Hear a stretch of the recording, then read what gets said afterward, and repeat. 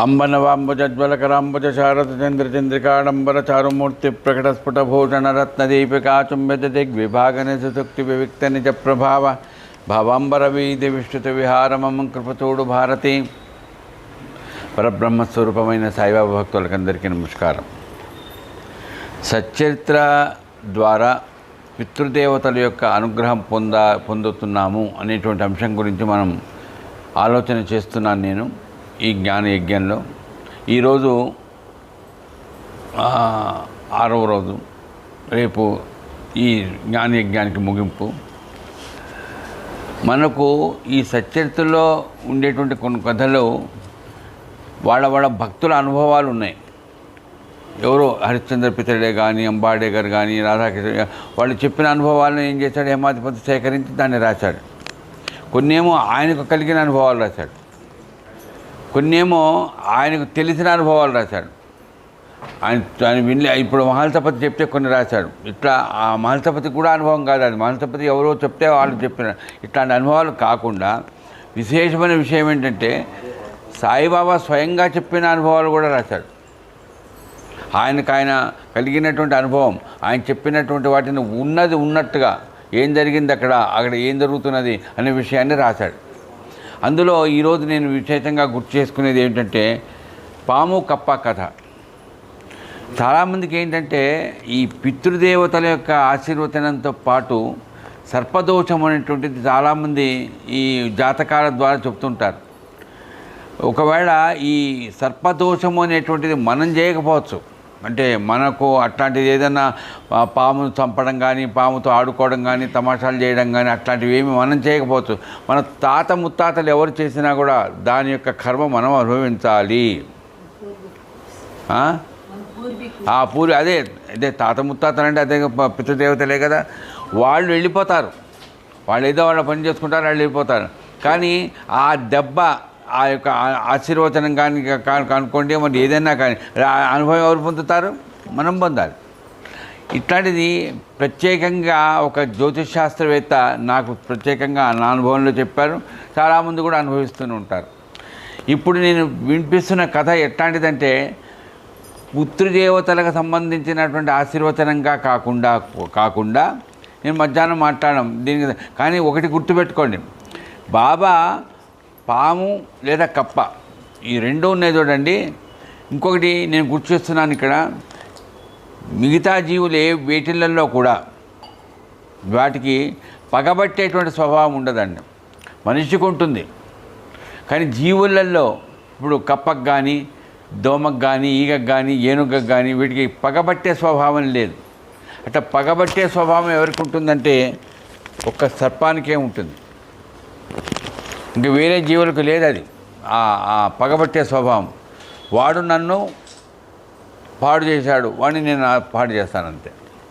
అది విచిత్రం ఏంటంటే ఇప్పుడు వినబోతున్న కథ వివరంగా వింటాము.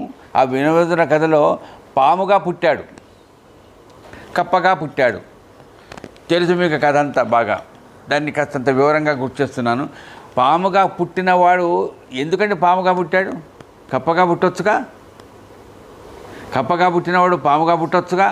కానీ మనం ప్రాణం పోయేటప్పుడు మన యొక్క స్వభావం, మనకు ఉండేటువంటి ఆ ఆలోచనను బట్టి మనం అనుభవించడానికి మళ్ళీ పుట్టాలి. నిన్ను నరుకుతా, ముక్కలు చేస్తా, నువ్వేమనుకుంటున్నావు అని వీరభద్రప్ప అనేటువంటి వాడు చెన్నబసప్పను బెదిరించాడు. సరే, బాబా దగ్గరకు వచ్చాడు చెన్నబసప్ప. వచ్చి కాళ్ళ మీద పడ్డాడు. ఇద్దరు దొంగలే, ఇద్దరు చాలా రకరకాలుగా వాళ్ళంతా స్నేహితులు అయిపోయి చాలా చేశారు. కానీ ఎప్పుడైతే బాబా కాళ్ళ మీద వచ్చి పడ్డాడో, శరణాగతుడయ్యాడో, అప్పుడు బాబా చెప్పాడు, ఈ జన్మలో కాదు, ఎప్పుడు వీడు వీరభద్రప్ప కదా, ఈ జన్మలో కాదు, ఏ జన్మలో కూడా వీడి చేత నువ్వు ప్రాణం పోదు. అంటే వాడు నరుకుతాడా, వాడు చంపుతాడా, ఏ రాత్రికి వచ్చి ఇది నరికితే ఏముందండి, ఏమైనా చేయొచ్చు కదా. చెప్పాడట బాబా, ఈ జన్మలో కాదు, ఏ జన్మలో కూడా. అంటే మన సచ్చరిత ఎంత గొప్పగా అనుగ్రహాన్ని ఇస్తుందో చూడండి. అంటే మనకు ఈ రకంగా మనం అనుభవించవలసిన వాటిలలో పెద్దల వలన ఏదైనా జరిగినా కూడా ఆ శేషంను మనం అనుభవించక తప్పదు. అది అనుభవించాల్సిందే.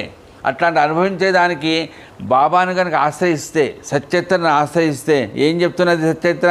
మీరు ఏం భయపడక్కర్లా. మీరు ఏ జన్మలోనైనా సరే, ఈరోజు కప్ప, రేపు ఈగ, దోమ, ఏదైనా కానీ అయినా కూడా ఆ శత్రు ద్వేషం వలన పొందవలసినటువంటి అనుభవం ఏదైతే ఉందో, ఆ చంపబడటం ఏదైతే ఉందో అది మీకు జరగదు అని సచ్చరిత్రలో హేమాది పంత్ గారికి స్వయంగా బాబా చెప్పిన మాట.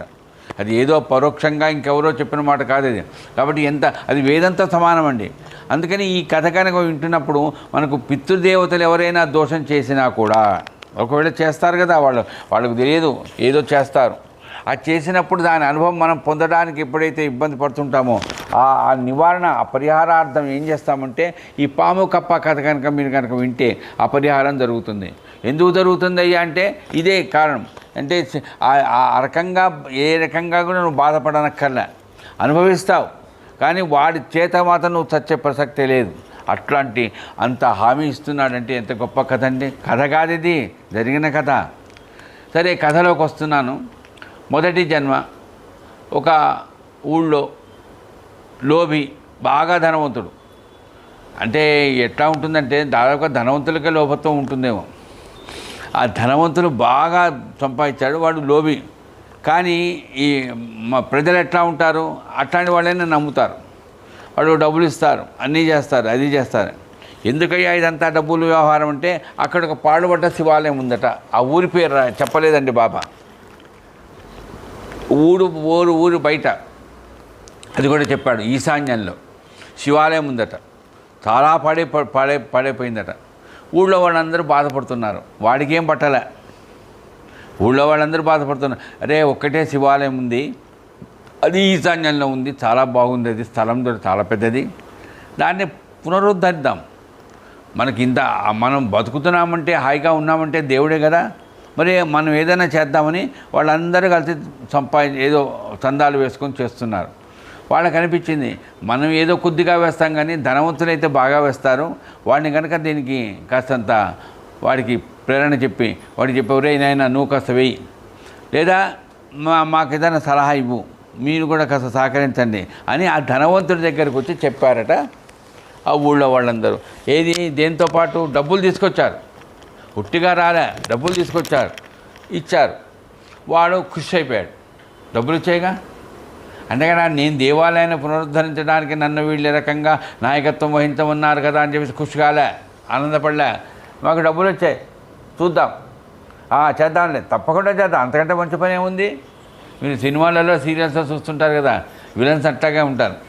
వాడు మాట్లాడుతుంటేనట వాళ్ళందరూ, అబ్బా ఇంత మార్పు వచ్చిందా వీళ్ళు, ఇంత గొప్పవాడైపోయాడా, చూడు మనం ఏదో కాస్తంత సాయం చేస్తాడంటే చాలా కష్టపడతాడట, చూడు ఇంత బాగా అంటే మాటలతో మత్తెక్కిచ్చేసి మాటలతో మాయలో పడేస్తాడు వాడు. లోబికుండే లక్షణం అది, మోసం చేస్తాడండి. వీళ్ళు మోసపోలే ఇంకా. అరే డబ్బులు ఇవ్వండి, నేను చూస్తాను, తప్పకుండా చేద్దాం, అంతకంటే ఏం పనేముంది, నాకు పనేం లేదు, నేను కూడా కొంత ఇస్తాను అన్నాడు. కొద్ది రోజులు గడిచాయండి. చూడండి, వీడు పోయి అడిగేదాకా అక్కడ పోయి కనీసం చూసి దానికి ఏం చేద్దామనేది చేయలేదు. పైన డబ్బులన్నీ తీసుకున్నాడు, వాడు ఏమీ చేయలే.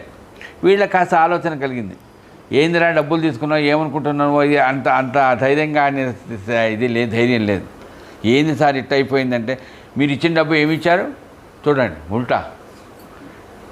ఏదో అక్కడ కోట్ల రూపాయలు అవుతుంటే మీరు 1000 రూపాయలు ఇస్తే అది అవుతుందా, పని అవుతుందా? కాదు, మళ్ళా వసూలు చేయాలి.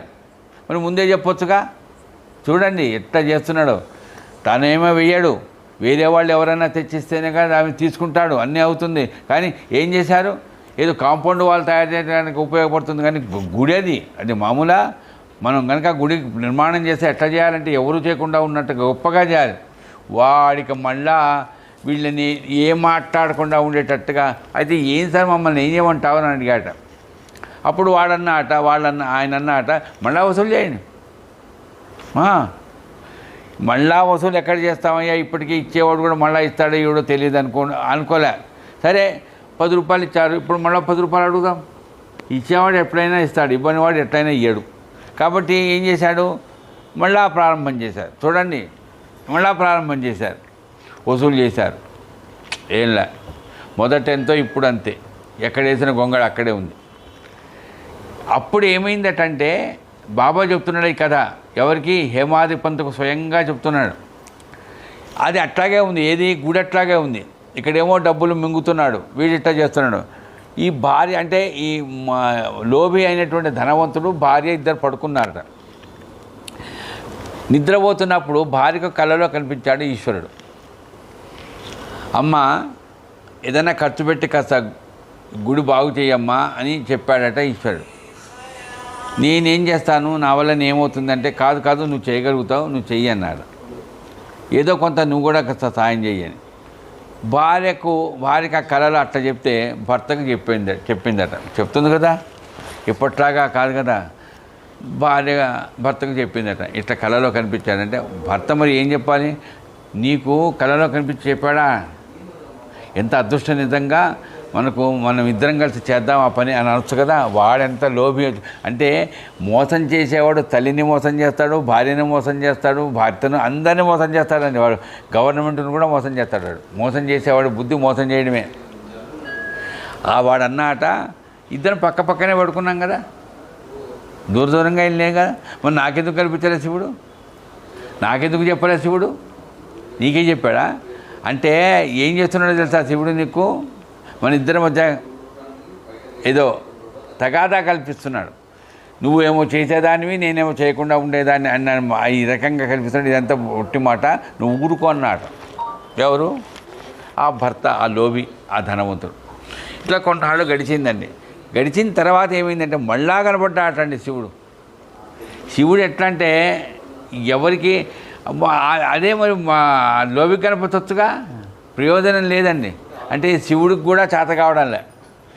చివరికి భార్యకు మళ్ళా కనిపించి, నీ పుట్టింటి నుంచి తెచ్చినటువంటి డబ్బు ఏదైనా ఉంటుంది కదమ్మా, దాన్ని ఖర్చు పెట్టు, అట్లా ఏదైనా కాస్త బాగు చేయను.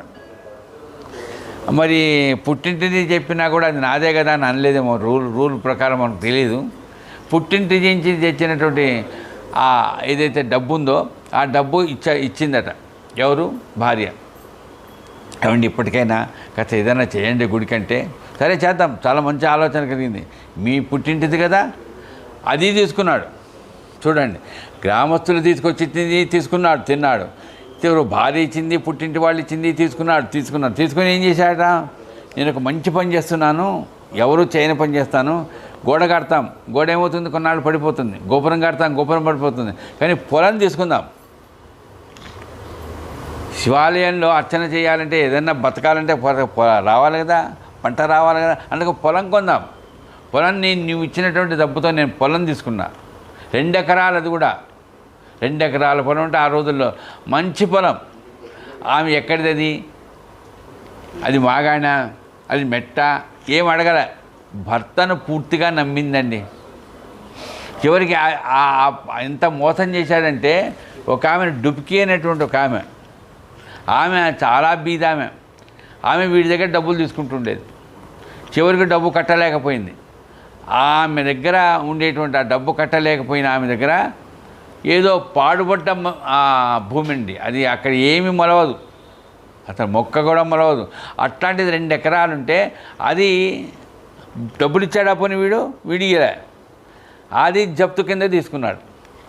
చెప్పాడు, చూడు 2 ఎకరాల భూమి ఇదిగో నీకు చూపిస్తున్నాను, ఇది ఈమె అనుకున్న, అమ్మో 2 ఎకరాల భూమి దేవుడి పేరు మీద తీసుకున్నాడు ఈయన అనుకున్నది ఆమె. దేవుడి పేరు మీదే తీసుకున్నాడు. వాడు ఏమనుకున్నాడు, దేవుడి పేరు తీసుకున్నాడు, అది మనం మొత్తం చేయలే, దేవుడి పేరు మీదే చేశాడు, అయిపోయింది. కొన్నాళ్ళ తర్వాత ఏమైంది, బాగా వరదలు వచ్చాయి, పిడుగులు పడ్డాయి, వాడు పిడుగుపడి చచ్చిపోయాడు. ఈమె కూడా మామూలుగానే చనిపోయింది. ఆ డుబ్కి అనేటువంటి ఆమె కూడా చనిపోయింది. ఇది మొదటి జన్మ. వివరంగా వింటున్నారుగా, చాలా నాకు ఆనందంగా ఉంది ఈరోజు. అంటే సర్పము, కప్ప 3 జన్మల వృత్తాంతాన్ని బాబా ఎంత చక్కగా చెప్తుంటే మనకు వినే యోగం కానీ, నేను చెప్పే యోగం కానీ కలగడంటే నా పూర్వజన్మ సుకృతం అది. అట్లా బాబా చెప్పే మాటలు చెప్తూ ఇది అయిపోయింది. అయిపోయిన తర్వాత వాళ్ళు చనిపోతారుగా. తర్వాత ఊరి పేరు చెప్పాడు, మధురానగరము. మధురానగరంలో మళ్ళీ శివాలయమే, మధురానగరంలో శివాలయమే. ఈ చనిపోయినటువంటి వాడు ఆ లోభి ఆ ధనవంతుడు ఎట్లా పుట్టాడట? బ్రాహ్మడిగా పుట్టాడు. లోభి కదా, బ్రాహ్మడిగా పుట్టాడు. బ్రాహ్మడిగా పుట్టినవాడు పోనీ ఎక్కడ చక్కగా వేదాన్ని నేర్చుకొని ఉపనిషత్తులు నేర్చుకొని 10 మందికి ఉపయోగపడుతూ ఏదో 10 రూపాయలు 20 రూపాయలు సంపాదిస్తున్నా అంటే లేదండి, ఏమీ లేదు. బ్రాహ్మడే గంజం వేసుకొని తిరుగుతుంటాడు, బిచ్చమెత్తుకుంటూ ఉన్నాడట. తల్లిదండ్రులు ఎవరో ఎక్కడున్నారో తెలియదట. ఏ ఊళ్ళో? మధురా నగరంలో. ఆ ఊళ్ళోనే శివాలయం అన్నారు కదా, ఆ శివాలయానికి పూజారిగా ఉంటాడట ఒక ఆయన. ఆయన కూతురుగా పుట్టిందట ఎవరు? గౌరీ అనే పేరు కలిగినటువంటి ఆమె. ఎవరు? ఆయన భార్య, మొదటి జన్మలో ఆయన భార్య. ఈయన పేరేంటి? బ్రాహ్మడి పేరు వీరభద్రప్ప. అంటే ఎట్లయిపోయిందంటే నాకు కూడా వయసు పెరిగే కొద్దీ పేరు మర్చిపోతానేమో అని ఒకసారి అనిపిస్తుంది. అది వివరంగా ఇంత వివరంగా చెప్తున్నా అంటే అంతకంటే వివరంగా రాశాడండి హేమాద్రిపన్. మరి అవన్నీ గుర్తుపెట్టుకొని కథలో వింటున్నప్పుడు నిజంగా మన కంటి ముందు జరిగిందా అన్నట్టుగా రాశాడు హేమాద్రిపన్. వీరభద్రప్ప అని పేరు. ఈమె పేరు గౌరీ. మరి మూడవ ఆమె ఉంది కదా ఆ డుప్కి ఎట్లా పుట్టిందంటే అదే శివాలయం దగ్గర సేవలు చేసుకుంటుంటారు కదా, వాళ్ళ కుటుంబంలో పుట్టింది. వాడి పేరు ఏమిటంటే చెన్నబసప్ప. ఇది కథ. మధురా నగరంలో ఇది జరిగింది. చూడండి, రోజులు కలిసి వస్తాయంటుంటారు చూడండి. మన చేతుల్లో ఏమీ లేదు, భగవంతుడు చేసే పని అది చేస్తూనే ఉంటాడు. 2 ఎకరాల భూమి వచ్చిందిగా, శివాలయం పేరు మీద రాసిచ్చాడుగా పోయిన జన్మలో. వాడు వీరభద్రప్పగా వాడు బిచ్చమెత్తుకుంటున్నాడుగా. అది ఏమైందంటే దానికంటే ముందేమైందంటే వాడు బిచ్చమెత్తుకుంటున్నాడండి బ్రాహ్మడు. ఈ శివాలయంలో పూజారి అప్పుడప్పుడు బాబా దగ్గరికి వస్తుండేవాడు. ఏదో మామూలు విషయాలు మాట్లాడుతుండే, మామూలు విషయాలు కావు. ఎప్పుడు పూజారికి ఎప్పుడు కూడా భగవంతుడి గురించే ఉంటుందిగా. ఈయన కూడా భగవంతుడి గురించి ఆలోచిస్తాడు కాబట్టి. కానీ నీకేమయ్యా, నువ్వు పరివ్రాజకుడివి, నువ్వు సన్యాసివి, నీకేం తెలుసు? ఒక కూతురుండి ఆ కూతురు పెద్ద మనిషి అయిపోయి ఆ పెళ్ళికి కనుక వస్తే ఆ బాధ ఏమిటో, ఎట్లా కష్టపడాల్సి వస్తుందో నీకేం తెలుసు అన్నాడట పూజారి బాబాతో. ఎందుకయ్యా అంత బాధపడతావు? మీ అమ్మాయిని తక్కువది అనుకుంటున్నావా? వెతుక్కుంటూ వస్తాడు అల్లుడు. అంటే సరే ఏదో అదృష్టం చూద్దాంలే. కొన్నాళ్ళ తర్వాత అయితే ఈ వీరభద్రప్ప అనేవాడు ఈ ఊరికి వచ్చాడు. వచ్చి బిత్తమెచ్చుకుంటూ ఉన్నాడు. వాడు బ్రాహ్మడే. వాడు ఆ పూజారి కూతురు గౌరీని చూశాడు. ఏదో అంటుంటారే మా భర్త ప్రేమ కలిగింది. ప్రేమ కలిగింది కానీ నీవు బిచ్చమెత్తుకుంటున్నావు కదరా. ఎవడు బిచ్చమెత్తుకునేవాడికి ఎవరికైనా కూతురిచ్చి పెళ్లి చేస్తారా? పోనీ దానికి ఆ గౌరీ అనేటువంటి తల్లిదండ్రులు లేరు. ఆమె కూడా బిచ్చమెత్తుకుంటూ బతుకుతున్నది, ఎక్కడో అవి పనులు చేసుకుంటుంది కాదండి. ఆమె గుడిలో పూజారి కూతురు. ఆమె ఒక స్థాయి ఉంది ఆమెకు. ఒకటే కూతురు పైన. మరి అట్లాంటిది ఆమెను ప్రేమించాడు. ప్రేమించితే మరి ఎవరికి చెప్పాలి? తండ్రికి చెప్పాలా కనీసం? తండ్రికి చెప్పలేదండి. చూడండి, అది కదా బాబా చెప్తున్నాడు. బాబా దగ్గరకు వచ్చి చెప్పాడు, బాబా పూజారి కూతురు నేను ప్రేమించాను. నువ్వు పూజారిని బాగా నీ దగ్గరికి వస్తుంటాడు.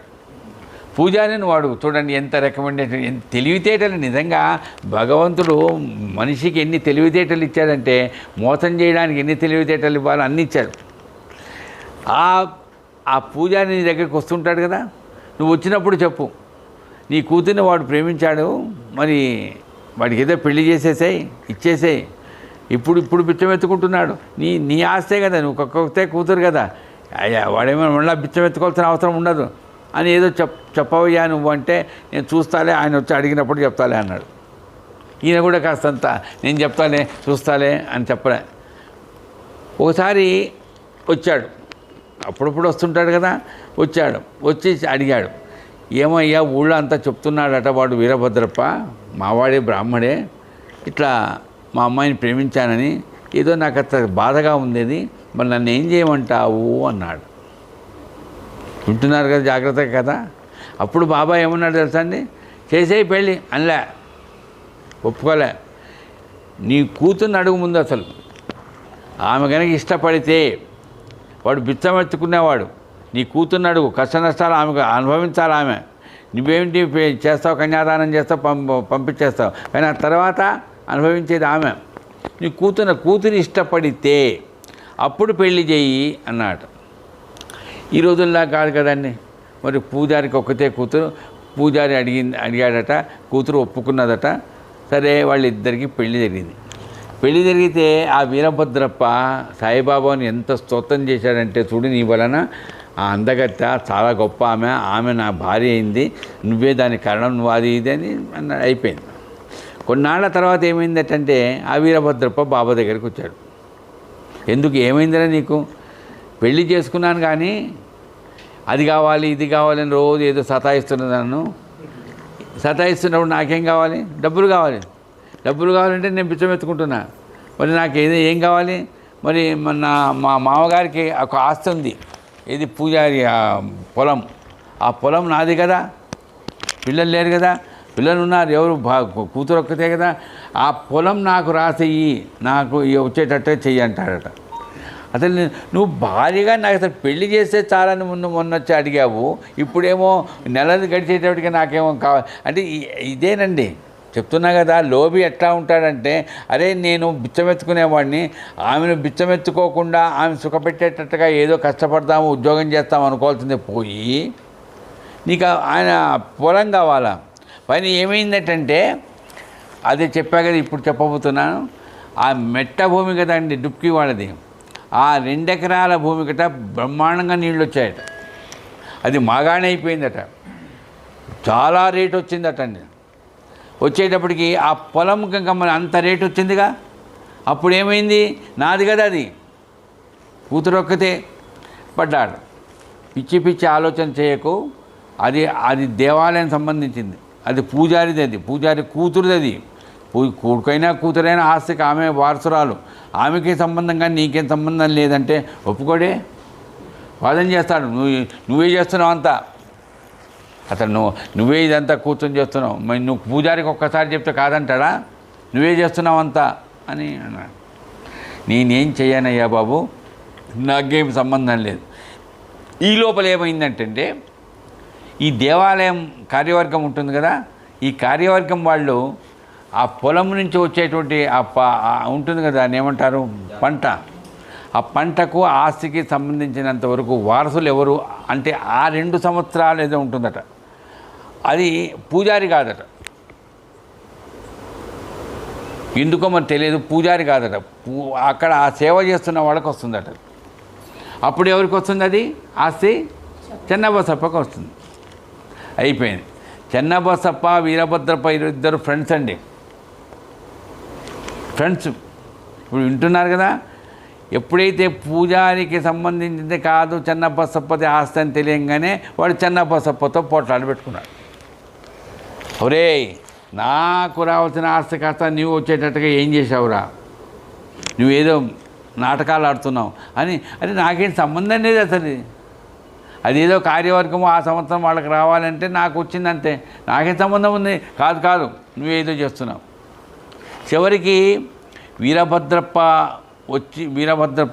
చెన్నబసప్పకు సంబంధించిన విషయంలో బాబాకి చెప్పాడు, నాకేమీ సంబంధం లేదు, అది దేవాలయ కార్యవర్గం సంబంధించింది అన్నమాట. ఎవరు, బాబా వీరభద్రప్పతో. ఇట్లా నడుస్తున్నది. కొన్నాళ్ళు అయిన తర్వాత ఏమైందంటే మామూలే, భార్యను విపరీతంగా సతాయిస్తున్నాడు. అంతే కదా, ఇప్పుడు ఈ రోజుల్లో మనం చెప్పనక్కర్లేదు, విపరీతంగా సతాయిస్తున్నాడు. మీ నాన్న అంతా చేస్తున్నాడు, అక్కడ ఉండే సాయిబాబా చేస్తున్నాడు. చివరికి ఒకసారట బాబా దగ్గరికి పగటి పూట, అది కూడా రాత్రిపూట రాలే, ఈ గౌరీ అనే ఆమె బాబా దగ్గరికి వచ్చింది. బాబా నా భర్త విపరీతంగా నన్ను బాధ పెడుతున్నాడు, ఈ ఆస్తి ఏమిటో నాకెందుకు సంబంధం, నాకేముందయ్యా అది, నాకు ఎవరికి వస్తుంది నాకేమొస్తుంది, నాకు ఎవరైనా పెడితే తిండి పెడతాను, నేను తింటాను కానీ నాకెందుకు అంటే, అప్పుడు బాబా చెప్పాట, అమ్మా నువ్వేం బాధపడకు, ఇంకొకటి గుర్తుపెట్టుకోండి, ఇక్కడ నీ భర్తను బాధ పెట్టకు, ఇట్లా బాధ పెడుతున్నాడు కదా విడాకులు ఇట్లాంటి ఆలోచనలు వద్దు. నువ్వేం చేయాలి తెలుసా, ఈశ్వరుడి మీద భారం వేయి, భగవంతుడు నీకేం నిర్దేశం చేస్తాడో ఆ పని నువ్వు చేస్తాడు, కొన్నాళ్ళు కాగానే నీకు నిర్దేశం చేస్తాడు, ఆయన చెప్పినట్టు చెయ్యి అనగానే జరిగింది ఏంటంటే, గౌరీ అనేటువంటి ఆమెకు ఈశ్వరుడు చెప్పాడట కలలో, నీ ఆస్తి అంటే ఆ పొలం కాదండి, అని నేను చెప్తే తర్వాత ఏమైంది ఏంటంటే దానికి బాగా పంట వచ్చి అంత చెప్తే ఆ 2 సంవత్సరాలు అయిపోయింది. 2 సంవత్సరాలు అయిపోయినాయి, మొత్తం ఏమికే వచ్చింది. అప్పుడు ఇంకా ఎక్కువైపోయింది. మరి నాకు రావాలి కదా, నేను కదా ఆస్తికి వారసుని అని అల్లుడంటే బాబా దగ్గరికి వచ్చి ఆమె అడిగిందట, వద్దమ్మా ఆస్తి మొత్తం వాడికి ఇవ్వకు. దాన్ని ఏం చేయాలంటే వాళ్ళు ఎవరో కొనడానికి వచ్చారట, బాగా చాలా రేట్ వచ్చిందట. అయితే ఆ డబ్బులో వడ్డీ ఉంటుంది కదా కొంత కొంత ఇంత భాగమని, అది మాత్రమే వాడికి, అది ఇవ్వవద్దని నేను చెప్పడానిలా, ఇవ్వు అంతే. మూలం మాత్రం అట్లాగా మొత్తం అట్లాగా ఉంచు, నువ్వు ఎవరికి ఇవ్వద్దు, అది దేవుడిది అది. సరే బాబా. దానికి వాడు ఒప్పుకోలే.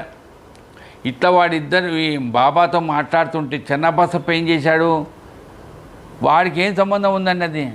ఆ 2 సంవత్సరాలు ఏదో వాడు ఏదో ఏం చేశాడో తెలియదు. తర్వాత మళ్ళీ పంట పెరిగింది, దానికి ఏదో కొనడానికి వచ్చారు. ఆ డబ్బంతా నాది కాదు, అది పూజారిది అని చెప్పిస్తున్నాడు వాడు. కానీ నువ్వే చేస్తున్నావు అంతా, అదే నువ్వే కారకుడు. ఎంత నీచాతి నీచంగా ప్రవర్తించాడటంటే చివరికి నా భార్యతో కూడా నువ్వు ఏదో సంబంధం పెట్టుకునేటట్టు చేస్తున్నావురా, ఎందుకరా ఇట్లా ప్రవర్తిస్తావు అంటే. వాడు అప్పుడు పోయిన జన్మలో వ్యాపారస్తుడిగా ఉండి ఊళ్ళో ధనవంతుడిగా ఉండేవాడు, లోబిగా ఉండి అట్లా నాశనం అయ్యాడు. మళ్ళా జన్మ ఎత్తిన తర్వాత బ్రాహ్మడిగా పుట్టినా అంతే. ఏ పుట్టక పుట్టి ఏ కులంలో పుట్టడం కాదమ్మా, వాడి కర్మ అంతే, వాడి స్వభావం అంతే. అది అందుకని పుట్టుకతో వచ్చింది పుడకలతో పోతుందని వాడికి అంతే, వాడి బతుకంతే ఇంకంతే. ఆ రకంగా వాడు చెన్నబసప్పను విపరీతంగా తిడుతున్నాడట. ఒకరోజు ఇద్దరు పోట్లాడుకుంటూ బాబా దగ్గరికి వచ్చాట. నిన్ను చంపుతా, నాకు రావాల్సిన ఆస్తి కథ నువ్వు అడ్డుపడుతున్నావు. చెన్నబసప్ప వీరభద్రప్ప ఇద్దరు కూడా ఏం తక్కువ వాళ్ళు కాదు. వాళ్ళిద్దరు ఫ్రెండ్స్గా ఉన్నారు, ఏం మాట్లాడాలి. కొన్నాళ్ళు గడిచిందండి, ఎక్కువైపోయింది. ఏది ఆ వైషమ్యం ఎక్కువైపోయింది. నరుకుతా నిన్ను, చంపుతా నిన్ను, ఇదే భాష. అది ఏమిరా నేనేం చేశాను దానికి. అప్పుడు అంత బాధ పెడుతూ ఉంటే అప్పుడు ఏం చేశాడంటే చెన్నబసప్ప బాబా దగ్గరికి వచ్చాడు. అప్పుడు కూడా చెన్నబసప్ప బాబా దగ్గర రాకపోతే ఏమైండేది తెలీదు. చెన్నబసప్ప బాబా దగ్గరికి వచ్చాడ. బాబా, నేను తట్టుకోలేకపోతున్నా, నాది ఏమి తప్పు లేదు, నాకేమీ సంబంధం లేదు, ఆయన నన్ను నరుకుతాడంటాడు. నాకేం సంబంధం ఉంది? అదే చెప్తున్నా, మనం ఏమీ చేయమండి, మనకేమీ సంబంధం లేదు. మన తాతో తండ్రో ఎవడో పాముతో ఆడుకుంటాడు, వాడు చేసినటువంటి పొరపాటు వల్ల ఏమవుతుంది, మనం అనుభవిస్తాం.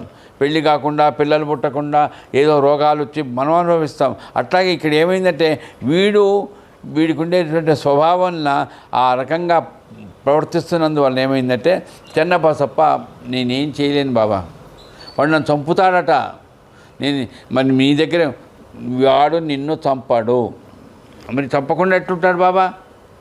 నేనేమో నా దగ్గర కత్తులు కటాలు నేను పెట్టుకోను, నేను సాత్వికుడిని, మిమ్మల్నే నమ్ముకున్నాను. నేను చెప్తున్నా కదా, ఈ జన్మలో కాదు అంటే నువ్వు ఇప్పుడు చెన్నబసప్ప, వాడు వీరభద్రప్ప, ఈ జన్మలో కాదు ఏ జన్మలో కూడా వాడు ఏ రూపం దాచినా కూడా వాడు మరి సచ్చరిత్ర ఇంతకంటే ఏం కావాలమ్మా మనకు? నేను అదే చెప్తున్నా. నా జన్మకు అదే మొన్న ఏదో చెప్పినట్టు మా అన్న వదిన వలన సచ్చరిత్ర అనేటువంటి గొప్ప ఆస్తిని నేను సంపాదించుకున్నాను. హేమాధిపతి అంటాడు, తల్లిదండ్రులు ఇచ్చిన ఆస్తిపాస్తులు కరిగిపోతాయి, ఖర్చు అవుతాయి, అప్పులు చేస్తాం, మళ్ళీ ఏమవుతుంది, ఈ ఆస్తిని నువ్వు ఖర్చు పెట్టుకునే కొద్దీ ఎక్కువ అవుతుంది.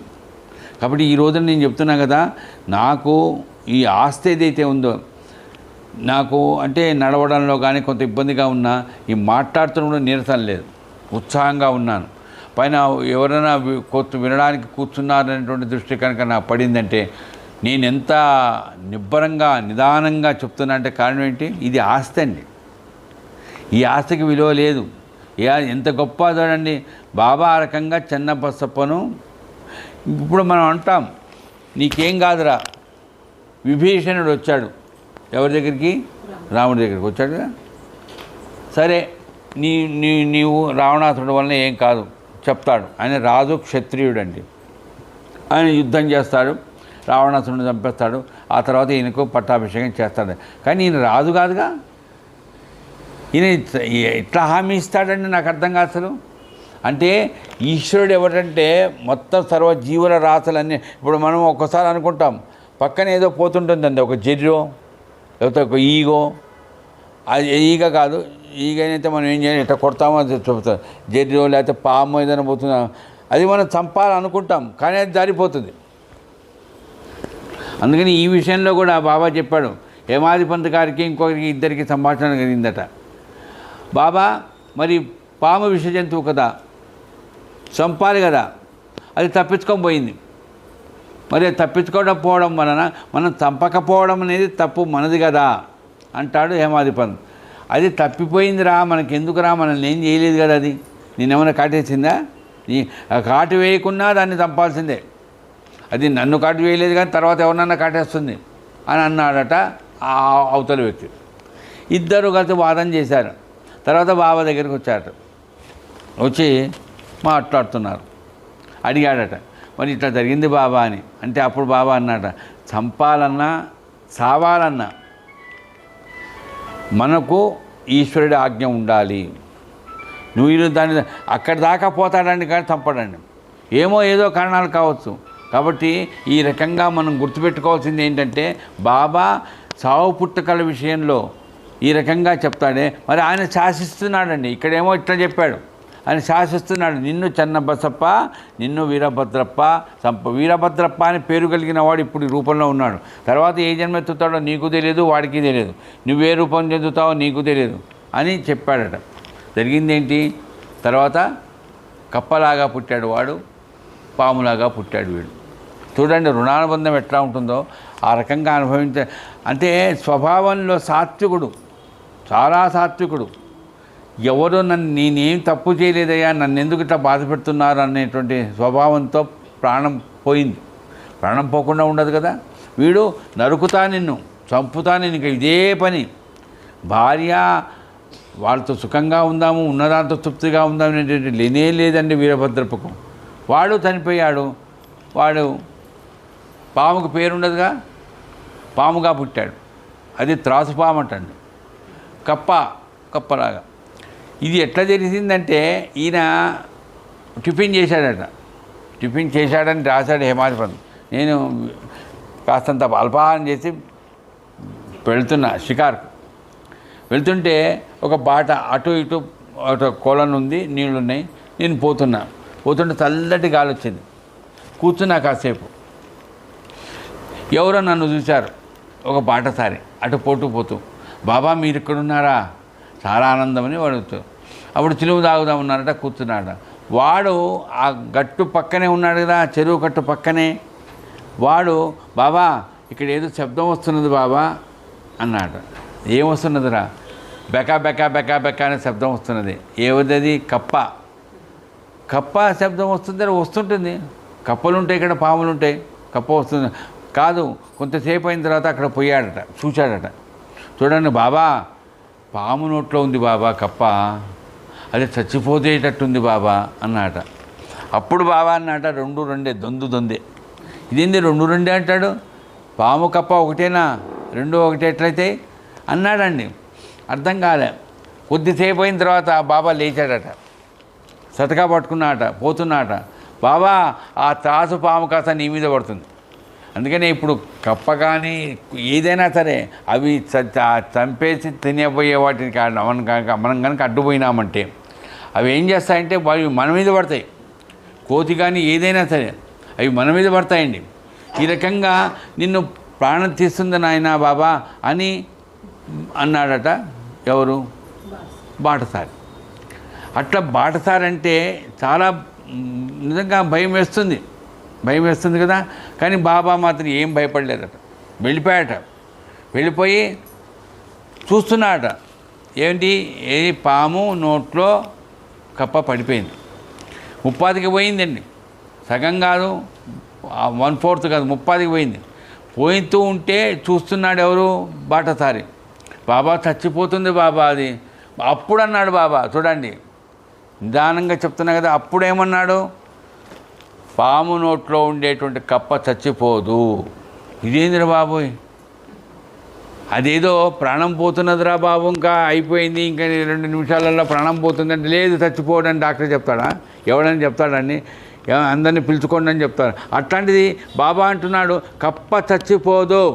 ఎక్కడుంది కప్ప? బయట గట్టు మీద ఉందా? పాము నోట్లో ఉంది. అది పాము నోట్లో ఉండే కప్ప చచ్చిపోదేంటి సార్? అందుకని యాక్సిడెంట్ అయింది, తలకాయ టైర్ కిందికి పోయింది, పుచ్చ విలింది, చచ్చిపోదు సార్. వాడు బాగానే ఉంటాడు సార్ ఎవడన్నా వింటాడండి, నమ్ముతాడండి? మరి పాము నోట్లోకి కప్ప అంటే మృత్యుదేవత అది కాటు వేసినట్టుగా వచ్చేస్తుంది అంటారు. ప్రాణం పోతుందంటే ఎట్లా పోతుందంటే పాము వచ్చినట్టే వచ్చేస్తుందట ఆ ప్రాణం పోయేటప్పుడు. అట్లాగే ఈ పాము అది కూడా త్రాసుపామట. చిరు లోపల నుంచి వచ్చింది, నోట్లో పెట్టేసుకుంది, మింగుతున్నది, మింగుతుంది. అప్పుడు బాబా అన్నాడు చెన్నబసప్ప కారండి వీరభద్రప్ప. చూడండి, సిగ్గు లేదురా నీకు? ఎన్ని రోజులైనా నీకేమీ లేదా? రూపాలు మారినాయి, అయినా మీ శత్రుత్వం పోదా? అదే గుర్తుపెట్టకండి. మనం అనుకుంటున్నాం ఈ రోజు నా పేరు భరతు, నా పేరు ఇంకోటి, నాకు ఈరోజు శత్రుత్వం లేదు అనుకుంటున్నా. కానీ శత్రుత్వం పెట్టుకొని కనుక అదే మనసులో పెట్టుకొని పోతే మళ్ళా జన్మ కూడా ఇది అనుభవించాల్సిందే. ఇది కథ మనం దీని ద్వారా తెలుసుకోవాల్సింది. అట్లాంటి ఆ అనుభవంలో వీరభద్రప్ప సిగ్గు లేదా నీకు అంటే బాబా ఎంత ఎంత ఎంత శాసించేవాడటంటే జీవ జంతువులన్నిటి కూడా. అసలు దానికి ఇది పాముకు అది చంపుతుంది తప్ప దానికి జాలి కరుణ ఇవన్నీ ఏమి ఉండవు. కానీ దాన్ని పట్టుకొని అంటున్నాడు వీరభద్రప్ప అంటే పాము వదిలిపెట్టు అనడం. వీరభద్రప్ప చెన్నబసప్పను వదిలిపెట్టు అంతే. చెన్నబసప్ప గురించి ఏం చెప్పాలి? చెన్నబసప్పను వదిలిపెట్టు అంతే. వీరభద్రప్ప చెన్నబసప్పను వదిలిపెట్టు. చెన్నబసప్పను వదిలిపెట్టు అనగానే ఏమైందట? పాటసారి అక్కడే ఉన్నాడు అని చూడండి, ఆయన అక్కడే ఉన్నాడు చూస్తున్నాడు. అంటే నిజంగా నేను అనుభవించాను, మీరు కూడా ఎన్నో అనుభవించుంటారు. అయిపోయింది, ప్రాణం పోయింది సార్, మళ్ళా బయటకు వచ్చాం. ఇదే ఇట్లాంటివే. యాక్సిడెంట్ అయింది, నాకు లారీ వచ్చి గుద్దేసింది. మా ఇంటి దగ్గర నుంచి తర్వాత వచ్చి చూశారు, ఈయన ఉండకపోవచ్చు. ఎవరో పోలీసులు వచ్చి ఏదో మొత్తం మీద ఆటోలో తీసుకొని పోయినారు. అప్పుడు గాంధీ హాస్పిటల్ తీసుకుపోయారు నన్ను. మా ఆవిడ, నేను, విష్ణువర్ధన్ రెడ్డి అని ఒక ఆయన ఉండేవాడు. నాకంతే అంటే నేను పోయి ఎక్కడో పడ్డాను. ఆ లారీ కాస్త అది స్కూటర్ కాస్త అవతల పడింది, తుక్కు అయిపోయింది. మరి ఈ పరిస్థితిలో ఎవరైనా ఏమనుకుంటారండి? అయిపోయింది, శాలిటీ ఎగిరిపోయింది, బకెట్ పోయింది, కొట్టేసింది అనుకుంటారు. కానీ నాకు సాయంకాలానికల్లా మళ్ళీ ఫోన్, నేను వెళ్ళా ఎక్కడికి? సైదాబాద్ సుబ్రహ్మణ్య నగర్ కాలనీలో పార్కులో ఉపన్యాసం చెప్పాను. అప్పుడు సాయివారిది ప్రసాద్ గారని ఉండేవారు. ఆయన నన్ను స్కూటర్లో తీసుకుపోయాడు, అది కారులో తీసుకుపోయాడు. కట్లు కట్టుకొని ఉన్నా, కొద్దిగా ఫ్రాక్చర్స్ కాలేదండి. అది మరి ఫ్రాక్చర్ కావచ్చుగా, ఏమైనా కావచ్చుగా, ఏమీ కాలేదు. ఎందుకు కాలేదు? అప్పుడు ఇక్కడ ఈ పేరు ఏంటి, కామినీలో ఒక డాక్టర్ ఉండేవాడు, ఇప్పుడు లేడు ఆయన. ఆయన పేరు సాయి బ్రహ్మం. ఆయన పేరే సాయి బ్రహ్మం. ఆయన సాయిబాబా భక్తుడు. నేను వెళ్ళాను, మీరు సాయిబాబా భక్తులు కదండి అన్నాడు. నేను కూడా సాయిబాబా భక్తుడిని అన్నాను. ఇట్లా అయిందయ్యా అని మా అమ్మాయి మరి ఎవరో అన్నారు ఆయనతో. ఆయన ఏమన్నాడు తెలుసా? సాయిబాబా భక్తులకు ఒక ఆయన ఎట్లాంటి వాడు అంటే సాయిబాబా, ఆయన డిఎస్పి. ఈ పోలీసులు ఏం చేస్తారు? చీపక్క బండిది అని అరెస్ట్ చేస్తారు, ఏదో చేస్తారు. అరే మన మనిషిరా బాబు, వాడిని వదిలిపెట్టరా అంటే వదిలిపెట్టాల్సిందే, తప్పదు. ఏం చేస్తారు? నువ్వు చెప్తే నేను వదిలిపెట్టానని డిఎస్పీ చెప్తే ఎవడన్నా ఊరుకుంటాడా? అంత అథారిటీ ఉందటండి సాయిబాబాకు. అంటే ఎందుకంటే మనకు భక్తుల యొక్క అనుభవాలే మనకు ఆధారాలు. అంటే నాకు కానీ మీకు కానీ ఎవరికైనా కానీ మనం చేసినటువంటి తప్పుల వలన కాదు, మన తాత ముత్తాతలు చేసినటువంటి పొరపాటుగా ఆ పూర్వజన్మలో వాళ్ళు మన పితృదేవతలు చేసినటువంటి పొరపాటు వలన కలిగినటువంటి ఆ శత్రుశేషం ఏదైతే ఉంటుందో, ఏదైతే అనుభవించాల్సిందో దాన్ని కూడా మనం అనుభవించాల్సిందే. నా కర్మ నాకెందుకు సార్? నేను చాలామంది చూశాను, మేము చేయలేదు సార్, మేము పాముతో ఏం చేయలేదు సార్, అసలు పాముని మేము చూసేవాళ్ళం కాదు, మాకు రావు. కానీ కళ్ళలో కనిపిస్తాయి సార్ పాములు. ఎందుకు కనిపిస్తాయో తెలియవు సార్. ఏందో సార్ నాకు అర్థం కావడం. అట్లాంటి దోషాలు పోగొట్టాలంటే ఈ సచ్చరిత్రలో ఈ రకంగా బాబా మనం ఒకటేనండి, నేను ఒకటే చెప్తాను, బాబా సచ్చరిత్రనే వినండి, అదొక పట్టుదలగా పట్టండి. నేను అందుకనే చెప్తున్నాను, నిన్న వచ్చారు పద్మావతమ్మ గారు ఈ తల్లి, ఈరోజు వచ్చారు. అంతకుముందే మీరు రాబోయే ముందే అనుకున్నాం, రోజు అంత దూరం నుంచే రావాలి అని మీకు అనుకుంటున్నారు. అది మీ సంస్కారం. మేము అనుకునేది ఒక ఆటో తీసుకుని రానుపోను ఖర్చులు పెట్టుకొని ఇంత ఓపికగా వచ్చి వినాలి. అమ్మా, అది మీ సంస్కారము. అందుకని నేను చెప్తున్నది ఏంటంటే, ఆ సంస్కారం కలిగిన మీరు ఎదురుగా కూర్చున్నప్పుడు మరి నాకు ఇట్లాంటి కథలన్నీ గుర్తుకొచ్చేటప్పుడు కొన్ని విషయాలు గుర్తుకొస్తున్నాయి.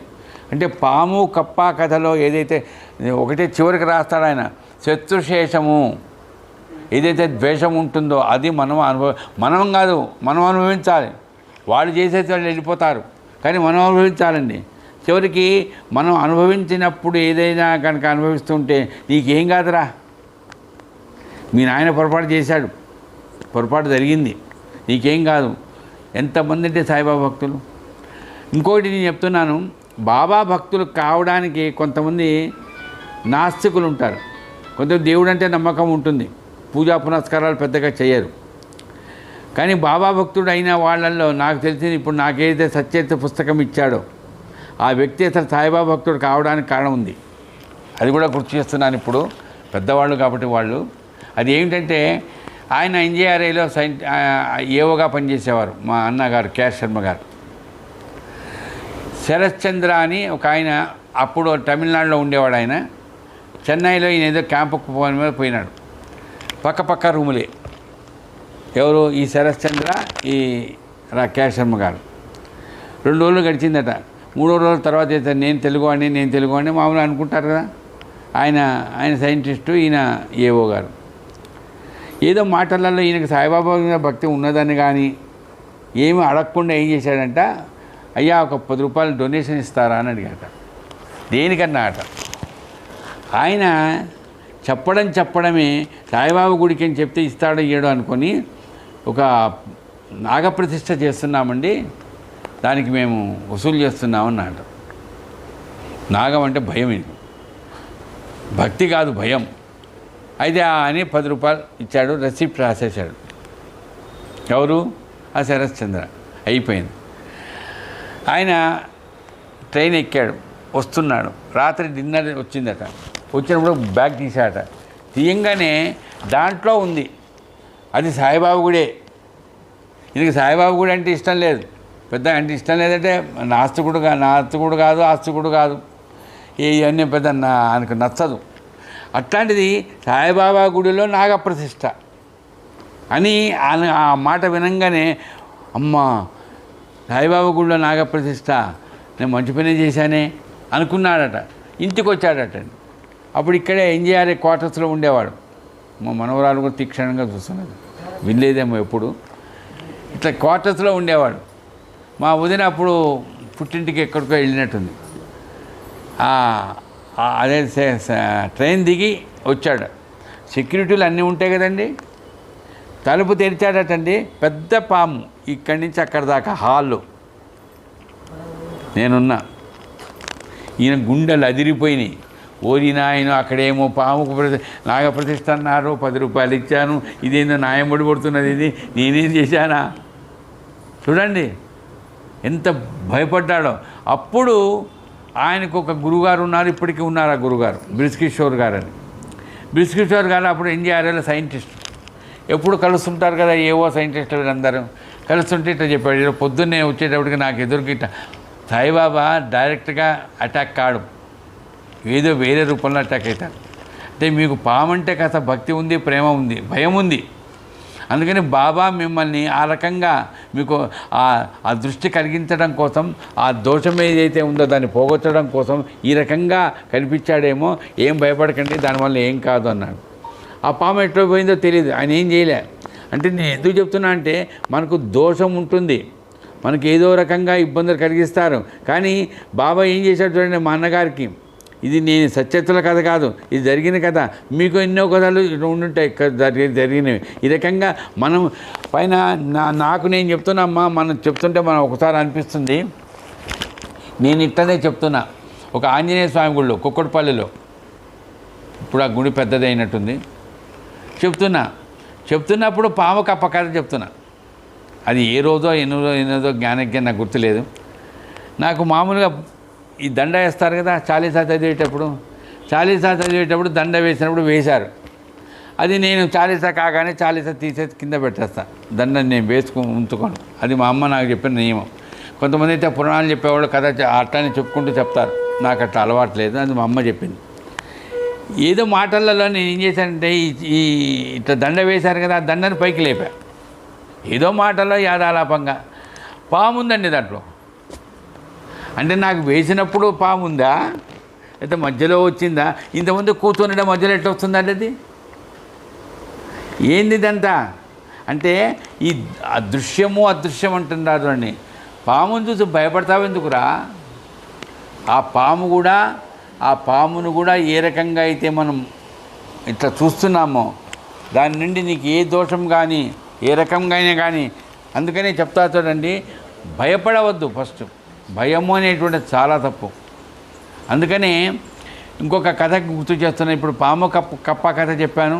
దోషం వలన మనం అనుభవించాలా తప్పదు. ఒక ఆయన బాబా దగ్గరికి వచ్చాడు. ఆయన ఎవరు మిరీకర్ అనేటువంటి అతను బాబా దగ్గరికి వచ్చాడట. ఆయన మమల్తద్దారు. బాబా దగ్గరికి వచ్చాడట. వస్తే బాబా అన్నాడట, నువ్వు ఎక్కడున్నావో తెలుసా అన్నాడట. అంటే మసీదులో ఉన్నాడని చెప్పాలి కదా. ద్వారకామాయి అమ్మ ఒడిలో ఉన్నావు అన్నాడట. సరే విన్నాడు, ఊరుకున్నాడు. తర్వాత బాబా అన్నాడట, పొడగాటి బాబా అంటే నీకు తెలుసా అని. పొడగాటి బాబా అంటే నీకు అర్థం కాలే. ఈ పొడగాటి బాబా ఎవరన్నా ఉన్నారా సిటీలో?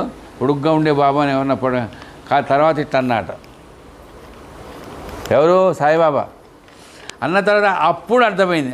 నేను బాబోయ్ పాము చెప్పాడట బాబా, దీనివలన నీకు నష్టం కలగబోతున్నది, దీనివల్ల నీకు ఇబ్బంది కలగబోతున్నది, దీనివల్ల నీకు ప్రమాదం జరగబోతున్నది అని ముందే చెప్పేశాడు. చెప్పంగానే భయం పుట్టింది. అప్పుడు అన్నాట మళ్ళా, ఎందుకు భయపడతావు? ఎక్కడున్నావో తెలుసుగా. అందుకని చెప్తున్నామ్మా, మనము పాము గురించి భయపడనక్కర్లా. అందుకనే మాకు నాగదోషం ఉన్నదని ఏదో కొంత మా ఆవిడ ఏదో చేసింది, తర్వాత చాలా అనుభవాలు నాకు కలిగాయి. అయితే నాగప్రతిష్ఠ ఏదన్నా చెయ్యాలా అనే దాంట్లో ఆమెకు చాలా అనుభవాలు ఉన్నాయి. ఎక్కడక్కర్లే నీ దగ్గరే ఉంటా. ఎందుకమ్మా? నీ దగ్గరే ఉంటాను. నీ దగ్గర ఉంటే నీకు నేను ఇబ్బంది కలుపుతాను అంటే, పాము మన దగ్గరకు ఉంటే అయ్యో బాబా పామండి, ఏదో కోది ఎంబడి పెట్టుకొని తిరుగుకోవచ్చు కానీ పాముని ఎంబడి పెట్టుకొని తిరుగుతారా? అది కనపడదు, నీకు రక్షకగా ఉంటుంది. అంటే సర్పం ఏదైతే ఉందో నిన్ను రక్షించేదానికి నీ పక్కనే ఉంటుంది. అది కాలసర్పం అంటారు దాన్నే. కాబట్టి పాము అనేటువంటిది భయపడతావు ఎందుకమ్మా? అలాంటిది ఎప్పుడు జరుగుతుంది? నీ గురువు నిన్ను ఆశీర్వదిస్తే. సద్గురువు అయినటువంటి సాయిబాబా మిరీకర్తో చెప్తే విన్నాడు, కానీ ఆయనకు నమ్మకం లేదు, భయం పుట్టింది. ఎక్కడికి పోవాలి? చితిలి అనే ఊరికి పోవాలి. అక్కడ ఏదో ఆఫీస్ పని మీద పోవాలి. మొదట్లో సామాన్ తీసుకుపోమన్నాడు, ఎందుకో భయపడ్డాడు. తర్వాత తీసుకొని పోయినాడు. జరిగింది ఏమిటి? పాము వచ్చిందండి రాత్రి 8 గంటలప్పుడు ఆ ప్రాంతంలో. చాలా ఏదో వేసుకొని కొప్పుకున్నాడు, ఏదో న్యూస్ పేపర్ చదువుతున్నాడు. ఎదురుగ్గా ఉండేటువంటి నౌకరు చూశాడు. ఎవరిని? ఈయనని కాదు, ఈ మిరికని కాదు, ఆ వెనక వచ్చేటువంటి పాము చెవు దాకా వచ్చిందండి. ఇక్కడ లేదు, చెవు దాకా వచ్చింది పాము. పడగ విప్పి ఇట్ట కొట్టుకుంటుంది, శబ్దం వస్తున్నది. పామయ్యా అన్నాట.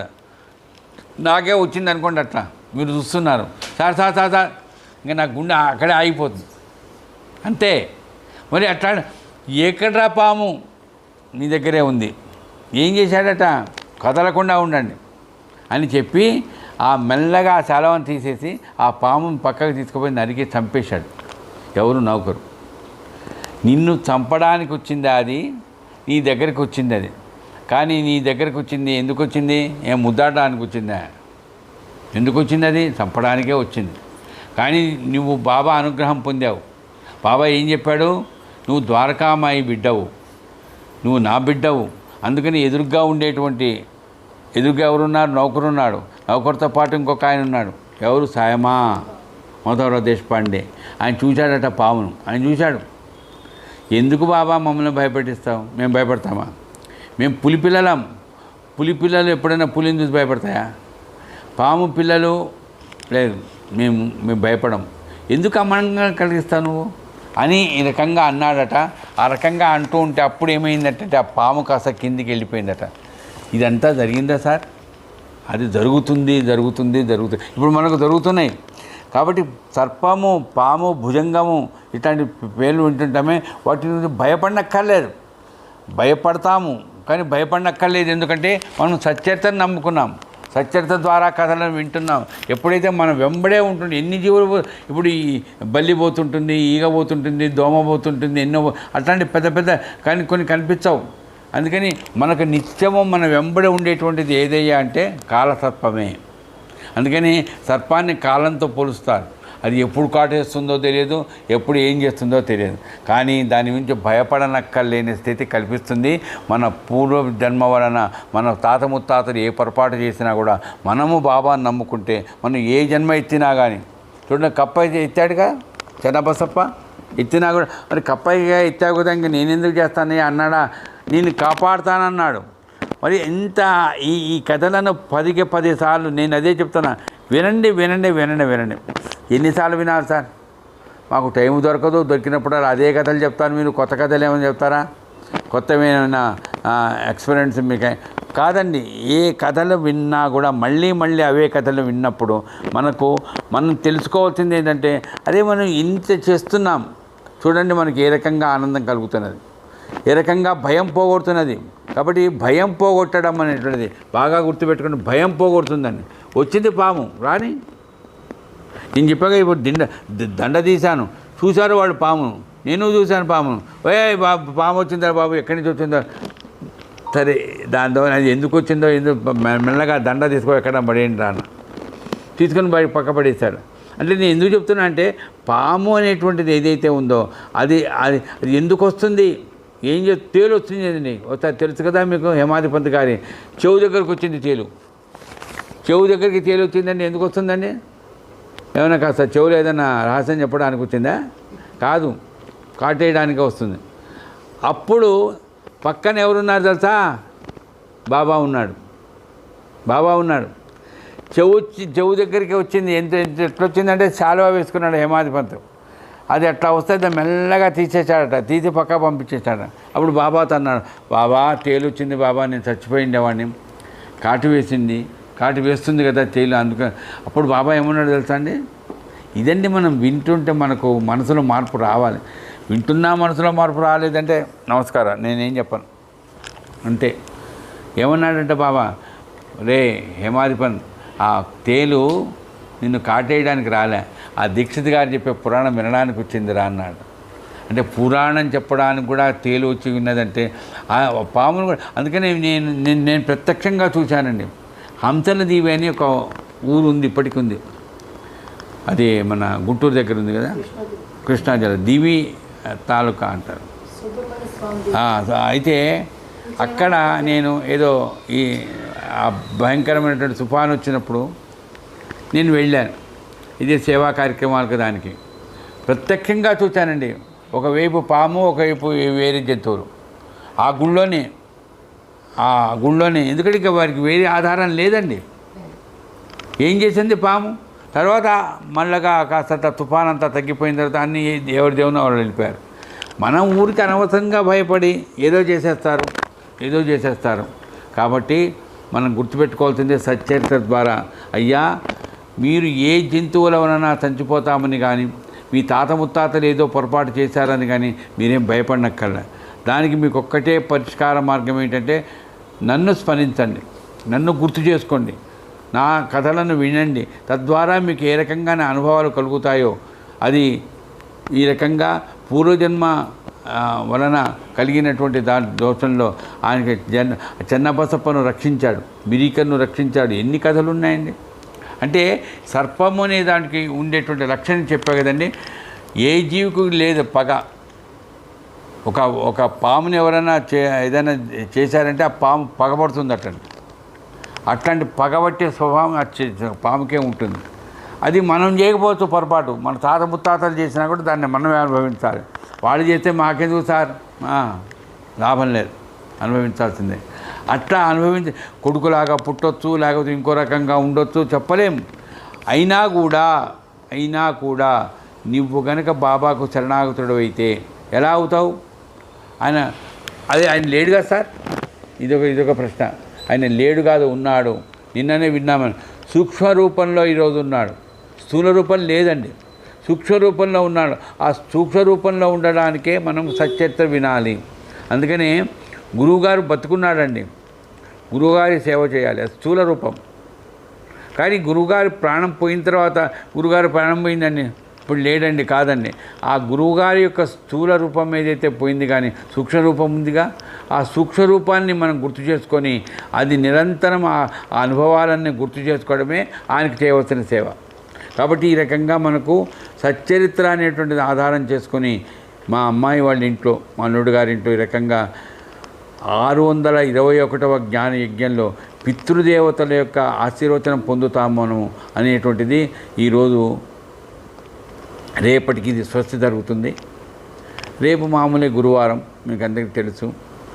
ఈ రోజున మరి మధ్యాహ్నం కూడా అనుకున్నాం, ఈ పితృదేవతలకు సంబంధించిన ఆశీర్వచనం ఈ పాము కప్ప ఏం సంబంధం ఉందా అని.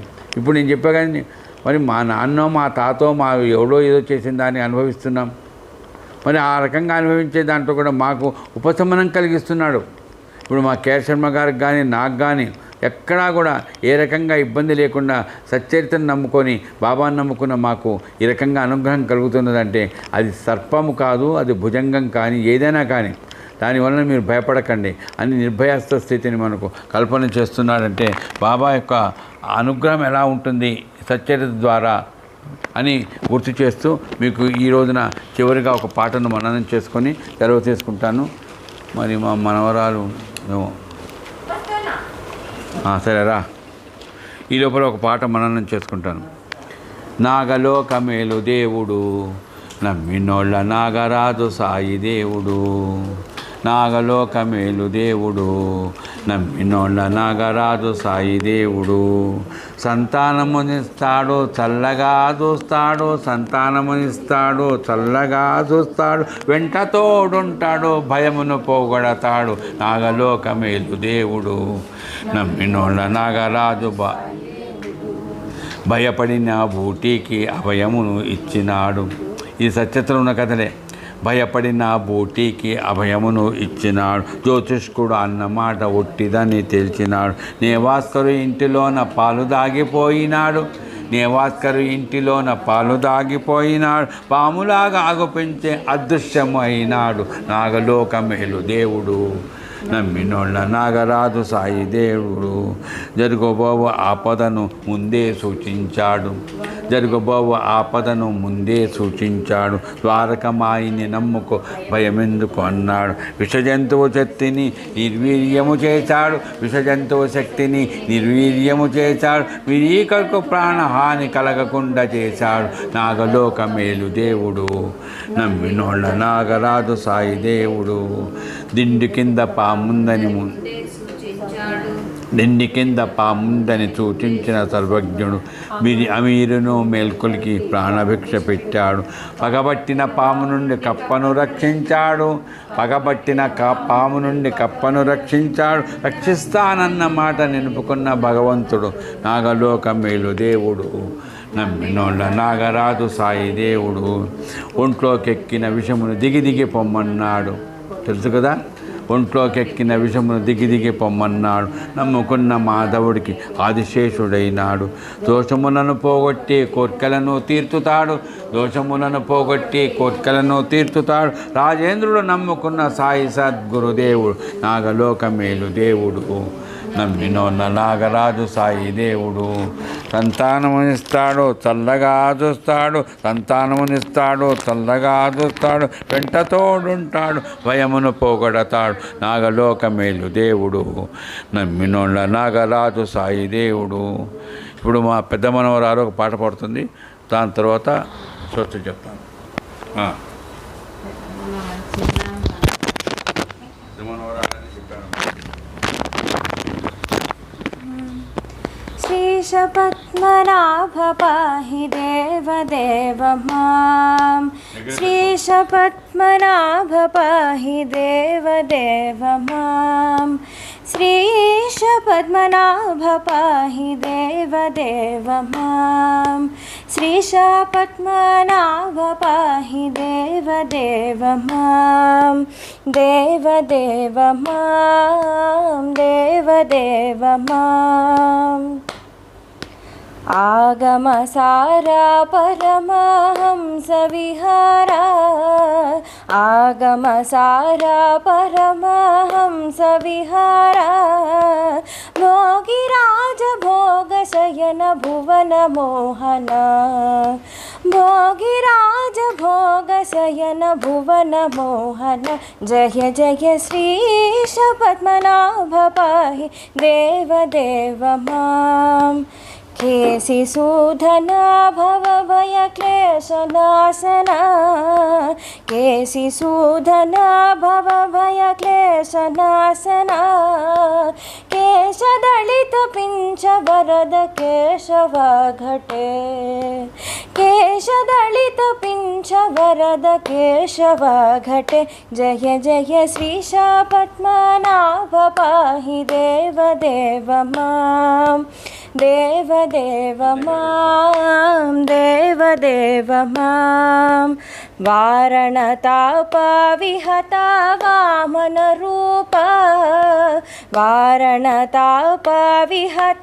वामनरूपा सारसासनारिवन्द्य सारसनेत्र सारसासनारिवन्द्य सारसनेत्र जय जय श्रीश पद्मनाभ पाहि देवदेव मां देवदेव मां देवदेव मां दीनपालना मनसिज जनकचित्तना दीनपालना मनसिज जनकचित्तना सानन्दूरपुरनिलय संसारमोचना सानन्दूरपुरनिलय संसारमोचना जय जय श्रीश पद्मनाभ पाहि देवदेव मां श्रीश पद्मनाभ पाहि देवदेव मां श्रीश पद्मनाभ पाहि देवदेव मां देवदेव मां देवदेव मां देवदेव मां देवदेव मां श्री सच्चिदानंद सद्गुरु साईनाथ